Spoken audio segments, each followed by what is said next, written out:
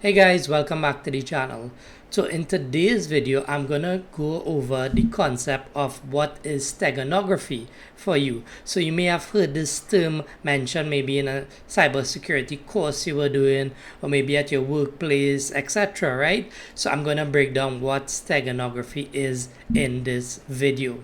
Steganography, the definition of steganography is that it's the practice of concealing information with non-secret data or cover media. The purpose is to conceal the existence of a particular message, file, etc. Right? Some examples where steganography could take place is where this hidden file or message is merged into an image, audio file, video file, etc.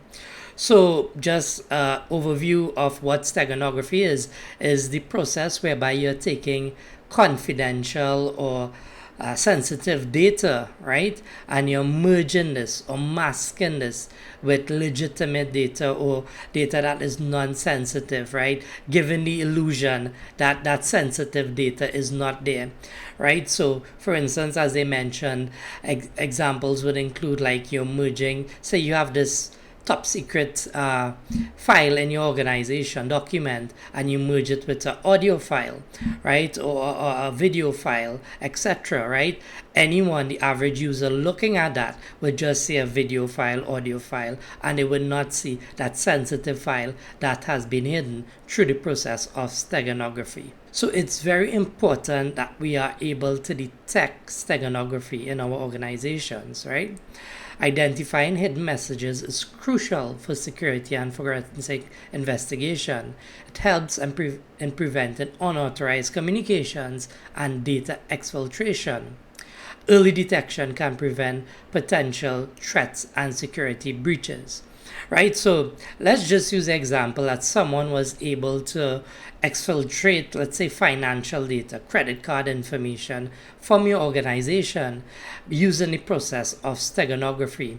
Right, by doing this, they can leak this information on the dark web, etc. And this has severe repercussions, right, and consequences for your organization. Right, we're talking about data privacy concerns, lawsuits, bunch of different things that can go wrong for your organization by someone using steganography to be able to exfiltrate sensitive data. So it's very important that we are able to detect, when steganography is being used.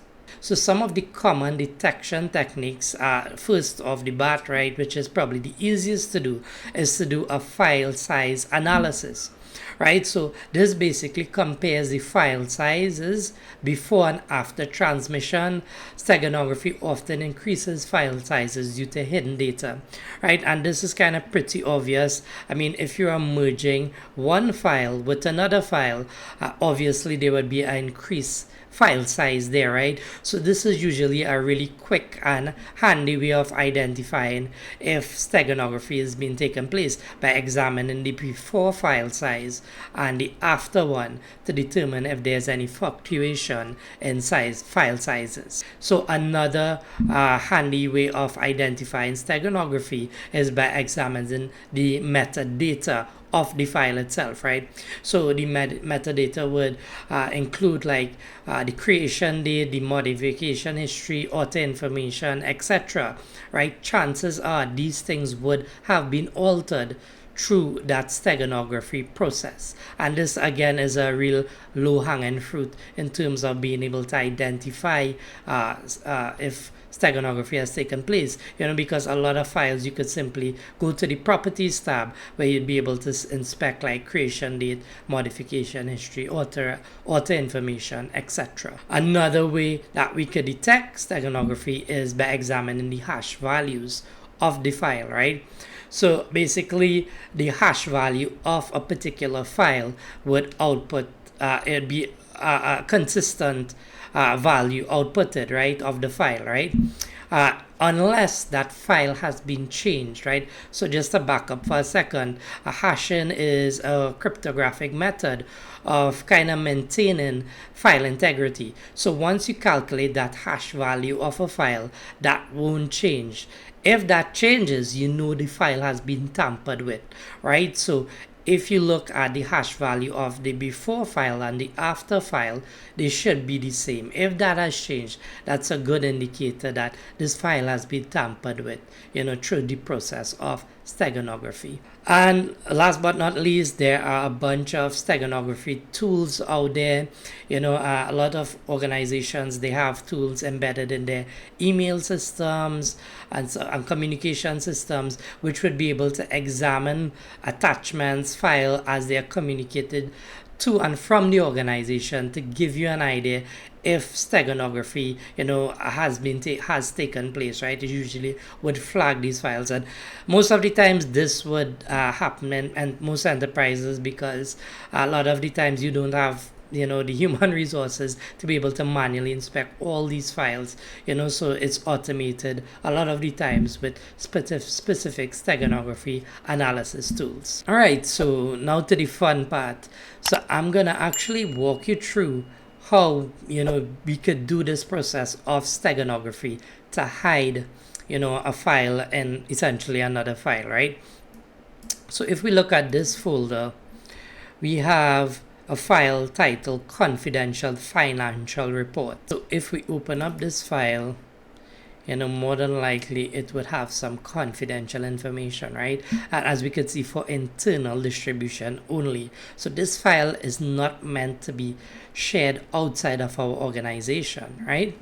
So what someone could do is they could essentially use steganography to hide this file, right? And what better way to hide it than using this picture of this cute little bunny rabbit, right? So we could mask that confidential file with this file, right? This cute bunny rabbit file, right? So let me show you how that would look. So I'm gonna bring up this tool. The name of the tool is OpenStego, right? And it does both, right? It shows you how to hide file as well as extract data. So let's say we want to hide the file, right? So the message file would be the confidential financial report. This would be the file I want to hide. So I simply hit here, right? And I'm going to browse for that file. So let me see if I could find that folder, right? So this is the folder essentially. This is the confidential financial report. So I'm going to hit that, hit open. And here we need the cover file. So in other words, this would be the file that the user would be seeing, right? Or the average user, I should say, right? This is the file that will be masking that confidential file. So next, we hit on the browse button. And I go back to the cute bunny, picture.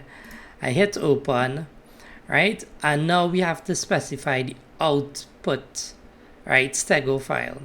Right, so to do this, you just have to you have to browse first of all. So I'm going to browse and I'm going to put it in my folder that says output, that's named output, and I'm going to give this a name. So I'm going to name it test.png, right? Obviously, you want to name it something that would be kind of, not that obvious, right? So after I name it, I hit open. All right, and next we could choose the encryption algorithm, right? So we have AES 128, AES 256, right? 256 is much stronger than AES 128, and we could also put a password. So if someone will happen to get this file and they were trying to extract it, right, they wouldn't be able to do it without having the password. For this example, I'm not going to put a password. I'm just leaving that blank just to show you how it looks, right? And I'm going to hit hide data. And there you go. In like a second time, we're seeing that it has been completed. Message embedded into one cover file. Okay. So next, let's go to our output folder now. So that's this folder. And if all went as planned, which it did, here we are seeing that picture of that cute bunny, right? So this is what we are seeing, right? We're not seeing any confidential information of the bat, nothing like that. We're just seeing that picture right there of the cute bunny, right? However, right, let's take a look at the original file. So remember, we were discussing how we could identify if the file has changed, right? Let's do a file. Let's check the properties of the file, right? So the original file is 124 kilobytes, right? And it was created on March 5th. Well, I just literally downloaded this file as well, you know, so there may not be that much of a difference to the other one. But yeah, let's look at the size. It's 124 kilobytes. Let's look at the output now, the one that's been stenographed, if that's a word, right? But let's look at the properties on this. And wow, if you look at that, it's 1.39 megabytes. So that's a big difference in terms of file size, right? So you know, there is definitely something going on here, as we can see, right? It's a much bigger file size, which could kind of give you the idea it has been tampered with. Also, the creation date is different from the original one as well, right? So yeah, that's just you know, just a kind of low hanging fruit, you know, way of checking to see if the file has been tampered with. All right, so let me show you how we could actually extract this data. So say someone went through the trouble of encrypting this data, right? To open that now and extract back the data from that file, we simply hit okay, so we have to hit extract data because it was on high data before. So we go to extract data and we browse, you know, the output folder, which is test. We browse that and we see the file there. We open it, and we have to specify a path for the output folder. So the path I am going to specify is revealed, right? So this is where I want that hidden message, that confidential financial file to be stored, right? So in other words, we'll be extracting it from that you know, that picture that has been masking it, and it would be revealed in this location if all goes well. So I'm going to hit extract data. We're not going to enter a password since we didn't create one, right? So hit extract data, and just like that, it was extracted. So let me go and take a look, and in the reveal folder, yeah, there you go, guys. Confidential financial report has been extracted. All right, so guys, yeah, you see how powerful steganography is, right?